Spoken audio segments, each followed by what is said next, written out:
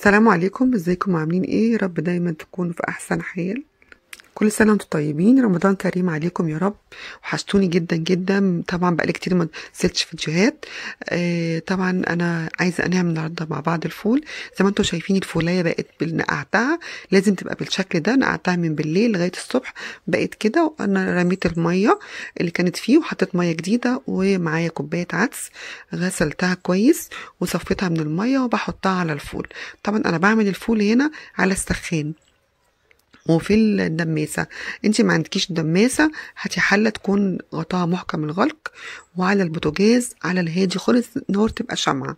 تمام. انا طبعا بعمل الفول بنفس الطريقة، كل سنة بعمله معاكم على القناة بنفس الطريقة، ما بغيرش طريقتي.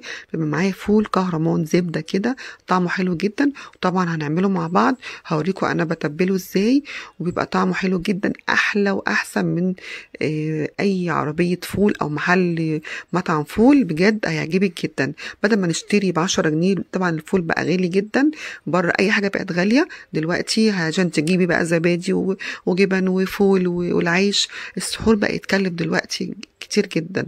فطبعا ربنا يكون في عوننا وعون الناس اجمعين يا رب، وربنا هونها علينا في الغلاء اللي احنا بقينا فيه.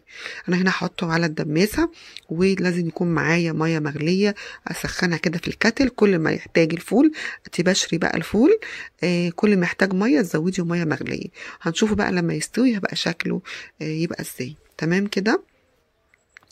هنا طبعا الفول خلاص استوى، بقى شوفوا بقى شكله بقى عامل ازاي. طبعا الليمون اللي انا حطيتها عشان لونه ما يتغيرش، ولا بقى احط بقى بيكنج باودر وكل الاضافات اللي الناس بتحطها دي. كل واحد له طريقه، وبيحط توم وطماطم. لا انا بحط العدس بس وليمونه شرايح، بيبقى زي الفل. زي ما انتم شايفين بالشكل ده. بصوا الفول عامله ازاي، كلها مفيش فولايه ما استوتش، بقت زي زبده خالص. تمام. انا بحب طبعا اضربه اطحنه، مش بحب الفول تبقى صحيحة، بيبقى طعمه أحلى بكتير من كل، طبعا على حسب كل واحد وذوقه بيحب الفول يبقى ازاي. أنا بقى هضربه بالهاند بلندر. ما عندكيش هاند بلندر يبقى هتضربيه في الخلاط أو في الكب. انا هضرب كل الكميه واشيلها في علب، كل ما احتاج اطلعه من الفريزر واستخدمه، بدل ما كل يوم اقف اضرب واطحن. الواحد طبعا لما بيفطر بيبقى في حاجات كتير عايز يعملها، ما بيبقاش في وقت. فانا بجهزه، كل ما تكون الحاجه جاهزه عندك بتبقى افضل واحسن. هضربه كويس جدا، وهجيب بقى حاجه كبيره. تمام. وهفضيه، وبعد كده هفضيه بقى في العلب. هشوف هياخد كام علبه واشيله عندي في الفريزر. طبعا اتمنى اللي لسه داخل قناتي لسه جديد دوس لايك للفيديو لو الفيديو عجبكم، وتشتركوا في القناة بكلمة الاشتراك وجنبيها كلمة جرس تفعيل الكل، عشان ان شاء الله يوصل لكم كل جديد. وان شاء الله ادعولي كده ما تاخرش عليكم في فيديوهات، وانزل لكم فيديوهات باستمرار. زي ما انتم شايفين كده انا بطحن الفول كويس جدا. تمام كده بقى بالشكل اللي انتوا شايفينه ده. الفول بقى بوريه خالص، زي ما بتشتروه من بره لو جايبينه مطحون من اي مطعم، بيبقى مطحون كده. هفضيه بقى في العلب دي. هو هياخد معاه تقريبا كل علبة دي هنا بتبقى حوالي نص كيلو، بتاخد نص كيلو. تمام، من السوائل يعني. فانا بقى هفضيته بقى في العلب دي كده، واسيبها لما تبرد، وبعد كده اغطيها واشيلها في الفريزر. وكل ما احتاج كل يوم اطلع على حسب الكميه اللي انا عايزاها.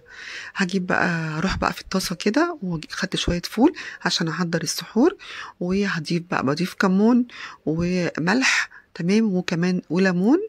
وما عندي هنا جايبه زيت حار، بحط عليه زيت حار وشويه ومعلقه طحينه، ده زيت الحار بيبقى طعمه تحفة جدا، زي ما بتجيبيه من عند الراجل بتقولي انا عايزة فول محوج، هو ده الفول المحوج. بيبقى بيحط كل الحاجات دي. طبعا انا جايبة زيت حار شارياه، كنت جايباه من سوبر ماركت، من هايبر تقريبا.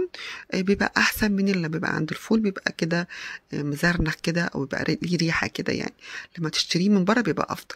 احط بقى، انا ضربته وسخنته الفول، وحطيت عليه كمون وليمون وزيت الحار، وبحط بقى كمان شويه طحينه وزيت بقى تاني عليه من فوق كده، وشويه طحينه. وادي العلب اللي انا قلت لكم عليها وعبيتها، بقى عمل معايا 6 علب، وكمان الكميه اللي كانت في الطبق كمان.